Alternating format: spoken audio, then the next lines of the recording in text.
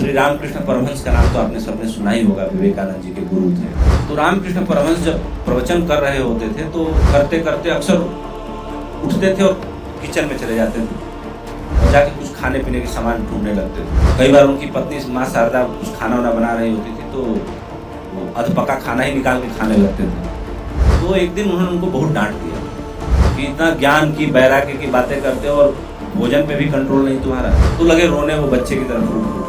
तो सरल चित्त के आदमी थे। तो जब वो रोने लगे खाने के लिए तो उन्होंने माँ शारदा से कहा कि जाओ, जिस दिन मैं खाना नहीं मांगूंगा समझ लेना कि मेरा आखिरी दिन आ गया। तो उनकी पत्नी को तो ये तो पता था कि मेरा पति सच्चे से भी सच्चा है। तो उन्होंने उनको गले लगाया और पूछा कि ये क्यों बोल दिया। बोला, जिंदा रहने के लिए एक वासना बचा के रखनी होती।